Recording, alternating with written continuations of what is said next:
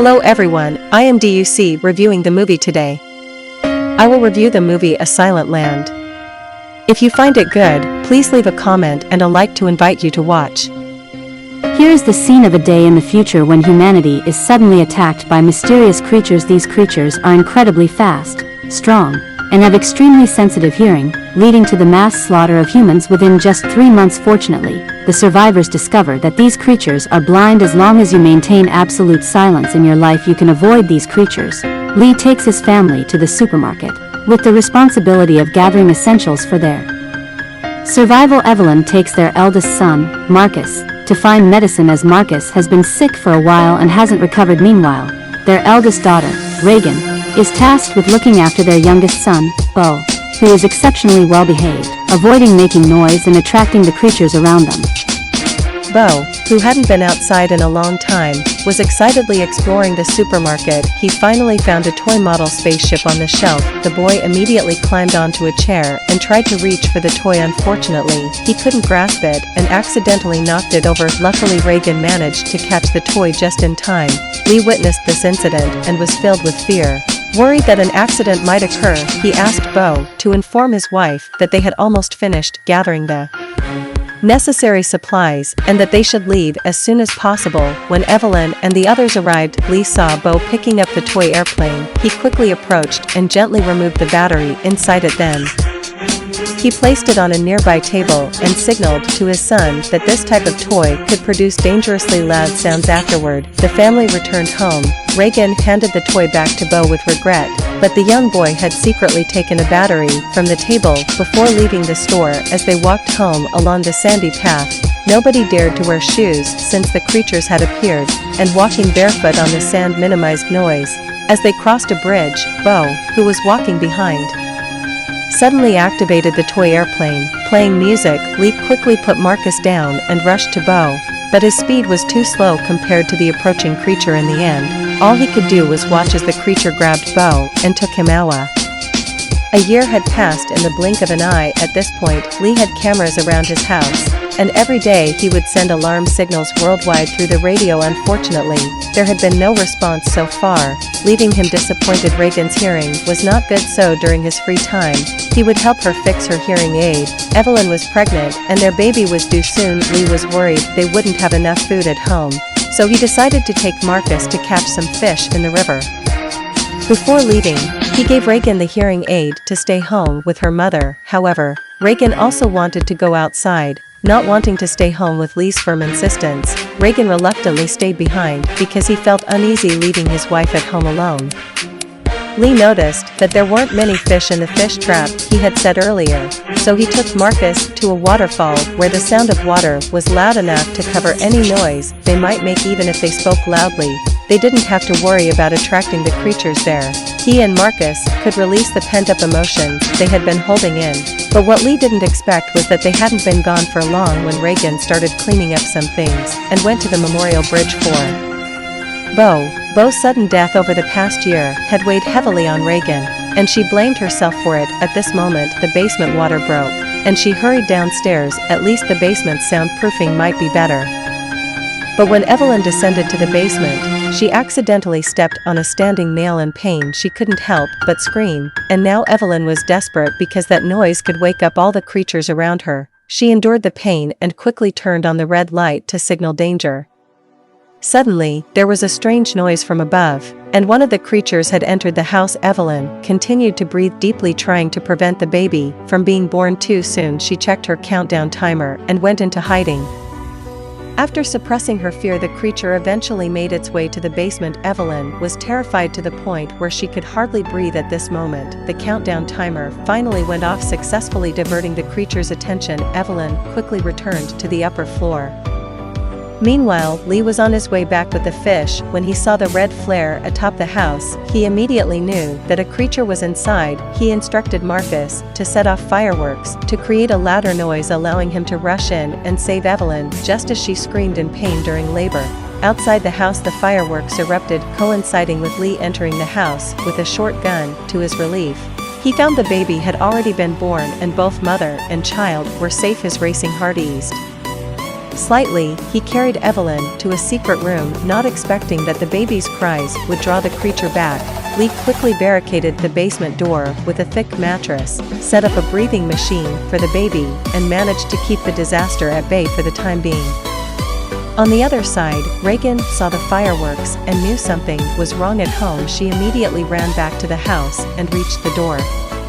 Seeing that the cornfield was lit up, she looked around curiously. Unfortunately, she didn't realize that a creature was standing right behind her at that moment. The hearing aid in Reagan's ear suddenly emitted a blaring sound. The creature couldn't tolerate this noise and turned to flee. Reagan, realizing the danger, managed to escape from such a perilous situation. Afterward, Reagan saw some light, which turned out to be Marcus hiding there with a flashlight. The two siblings held each other tightly. When Evelyn woke up and didn't find both of them there, she was worried that her children were in danger. She couldn't hold back her tears. Lee reassured her that he would bring the kids back safely. With that, Lee stepped out of the basement to the monitoring area and began searching for the children, not finding them inside. He went outside to look for them. Meanwhile, the kids were hiding in the corn storage, waiting for their father to come to their rescue. Unintentionally, they triggered the sound in the storage, which attracted one of the creatures. At this crucial moment, Reagan's hearing aid inadvertently triggered the creature's fear, causing it to flee. It looked into the large hole in the room that the creature had smashed through. Both children remained in the darkness, huddled together, until Lee found a spot near the storage area. Lee saw them escaping from the storage, and he tightly embraced the two kids. At this moment, Evelyn arrived at the monitoring area and was taken aback to see everyone. Lee led the children back to the front door. Once more, only to be attacked again by another creature. He was thrown out by the creature, while the two terrified children sought refuge in a roadside truck. They witnessed their father fall to the ground. Marcus loudly called out. Finally, it successfully attracted the creature, which began to attack the vehicle ferociously. The two children were terrified to the point where they sat still in the back seat. When Lee got up and saw the danger they were in, he emitted a sound to draw the creature back, creating an opportunity for the kids to escape. Evelyn was heartbroken to witness her husband's sacrifice. She quickly left the house to bring the two children inside, and then hid in the basement. However, she didn't realize that the creature was following her in fear. Evelyn raised her gun, aiming at the creature. Creature's scales were so tough that the bullets couldn't penetrate. At this crucial moment, Reagan's hearing aid suddenly emitted a sound. The blaring sound caused the creature to thrash and open its mouth, giving Evelyn the opportunity to take a shot at its head from the surveillance camera. It could be seen that many creatures were approaching their location. Reagan turned back and cranked up the volume on the speaker to the maximum. The counterattack came after a brutal and fierce battle. Evelyn and her daughter teamed up to emerge victorious. Afterward, she led Marcus, Reagan, and her newborn son out of the house. As they looked back, the house they had built together was engulfed in flames and destroyed. Evelyn had no choice but to lead her family away to find a new hiding place. They brought everything they could use, including the speaker, to amplify sound waves from the hearing aids, map, and essential supplies. Then Evelyn's family set out, walking barefoot to the end of the sandy beach in less than a day. On the next part of their journey, Evelyn and the children needed to be extremely cautious not to make any noise. They carefully stepped on leaves as they moved forward. After a challenging journey, Evelyn and the kids arrived at a dilapidated, abandoned building, where they decided to rest for one night. Unexpectedly, there were survivors here, but they had set up warning traps all around. Evelyn didn't know about these traps and triggered an alarm. She suddenly felt uneasy and whispered to the children to run. Unexpectedly, as they were running, Marcus stepped into one of the traps, causing him immense pain. Evelyn had to turn back to cover her son's mouth to prevent him from making a sound. However, Marcus, being a child, couldn't endure the pain any longer and screamed. In the next moment, a creature heard the noise and appeared nearby, and with their lives hanging in the balance, Reagan quickly turned on the speaker. The high-frequency sound waves emitted by the hearing aid startled the creature, causing it to open its armored head. Evelyn seized this opportunity and fired a shot at it. Once the immediate danger was eliminated, Evelyn removed the trap and helped Marcus continue to escape. Evelyn wasn't aware of it, but their actions were observed by a man hiding high above. This man's name was Emmett, and he had set some of the traps around the unfinished building. From the trap set by Emmett, it was evident that he didn't trust anyone and didn't want anyone to disrupt his current way of life, but that wasn't surprising in these circumstances. The human heart could be scarier than the creatures. When Emmett saw Evelyn with her 3 small children, it was too much for him to bear. So he set out to rescue them and bring them to a hidden refuge. Here, Evelyn helped Marcus bandage his wound. After treating it, she walked ahead and expressed her gratitude to Emmett. However, when she saw Emmett's face, she called him by name. It turned out that they had been neighbors before, but all of Emmett's children had been killed by the creatures.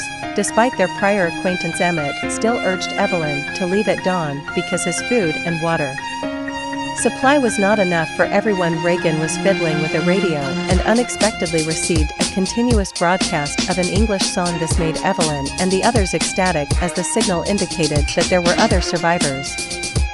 Based on the signal's location, Reagan speculated that it was coming from a small island. Evelyn wanted to go out and search, but Emmett stopped her, explaining that the survivors outside were even more terrifying than the creatures. They would do anything for food and weapons. These words resonated differently with Evelyn, who had endured all kinds of pain. However, Reagan was different. She believed that her hearing aid and speaker could save more people, so she wanted to go out to test them, find other survivors, unite, and figure out a way to defeat the creatures. Marcus disagreed, but Reagan disregarded her brother's objections and secretly left the compound to head to the island where there might be other survivors. When Evelyn realized her daughter was missing, Reagan had already been gone for a while. Evelyn went in search of Emmett, hoping he could help bring her daughter back. Initially, Emmett was reluctant to help, but he couldn't resist the pleading of a mother. Knowing the significance of children to their parents, after much hesitation, Emmett agreed to assist in the search. Together, they followed the map and walked along the railway tracks. Reagan stumbled upon an abandoned train that had been unused for a long time. While searching for supplies inside, she inadvertently made noise, attracting one of the creatures. Although Reagan managed to activate her hearing aid in time, her marksmanship was really poor, and the creature was closing in for an attack. At this moment, Emmett arrived just in time and shot down the creature. He then pulled Reagan into a nearby store to take cover. Emmett initially wanted to wait for the creature to leave and for Reagan to return. However, there was a small argument. Reagan wanted to join other survivors to confront the creatures. She believed that they all needed to unite to defeat the monsters and bring peace back to Earth. At first, Emmett disagreed with this perspective as it seemed too risky. Furthermore, he couldn't trust others, but with Reagan's continuous pleading, he eventually agreed. The main reason for this change was the feeling of helplessness. When Emmett's wife and child were in danger, he couldn't do anything but watch his loved ones get killed by the creatures. However, now he had the chance to eliminate them, so Emmett and Reagan found a boat to travel to the island. Unexpectedly, upon reaching the shore, they were attacked by a group of ruthless survivors. Their intent was to raid the island. Evelyn was unaware of this, as she realized that the food supplies at the compound had run out, and Marcus needed medicine for his injured leg to avoid a potential blood infection. Desperate, she had to take the risk of going out to search for food and medicine. While Evelyn was away, Marcus also left the compound and accidentally stumbled upon a room. While exploring it there, he saw Emmett's lifeless body lying on a hospital bed. Marcus was suddenly overcome with fear, broke into a cold sweat, and accidentally made a noise as he tried to retreat, which attracted one of the creatures. In a desperate attempt to evade the creature, Marcus rushed back to the compound just as the monster closed in on him. He intended to hide with Abbott in the underground shelter, but it contained limited oxygen. Even though there was an oxygen tank, they couldn't both use it simultaneously. Fortunately, Evelyn quickly returned and noticed that the creature was too close and wouldn't leave. In a bid to save the children, she deliberately fired a gunshot to attract the creature's attention, and then, seizing an opportunity, brought a new oxygen tank they had found into the shelter. Quickly, she rescued both Marcus and baby Abbott. Simultaneously, Emmett and Reagan were captured by the hostile group of survivors. Their actions were crude and didn't provide any chance for explanation. Emmett realized that these people had ill intentions when they made gestures toward Reagan and instructed her to find an opportunity to enter the water. Emmett then shouted to provoke the creatures to attack these survivors. This method proved to be highly effective, and right after that, several creatures rushed toward the sound, unable to stop their approach. Emmett seized the opportunity during the chaos, escaped, and jumped into the water. Unbeknownst to him, the creatures had extremely sensitive hearing. Even as Emmett jumped into the water, he was still being pursued. Then Emmett discovered that the creatures didn't know how to swim at this moment. A small boat appeared next to him, and he reached out. To his surprise, he saw Reagan hastily climbing aboard. This was their means of survival after being attacked by the creatures. The two of them continued to drift to an island, a paradise free from the creatures, where everyone was living happily and comfortably. The person in charge on the island was Black, who eventually decided to trust Reagan's intentions. They agreed to install a high-frequency music player on the island for emergencies. However, in Black's mind, this precaution seemed unnecessary because he believed the creatures couldn't swim to the island, which he considered entirely safe. But what he didn't anticipate was that accidents could always happen unexpectedly. The next morning, when Emmett went outside, he found a ship washed ashore from the pier to the beach, and he heard the creatures colliding with the ship's hull. He sensed that something was wrong and rushed back to warn everyone to get inside, but it was too late. Before they realized it, the peaceful island turned into a feeding ground for the creatures. Black, realizing the danger, immediately hid his child and then led Emmett and Reagan to the island's broadcasting tower simultaneously. He sounded the horn to lure the creatures away from the settlement. The creatures immediately pursued. When they heard the noise, Black thought they had returned to the settlement and wanted to go back. Suddenly, in the next moment, a creature appeared and dragged him outside. Emmett and Reagan ran to the broadcasting tower as chaos ensued. Afterward, both of them cautiously made their way to the broadcasting tower, barely breathing for fear of making noise.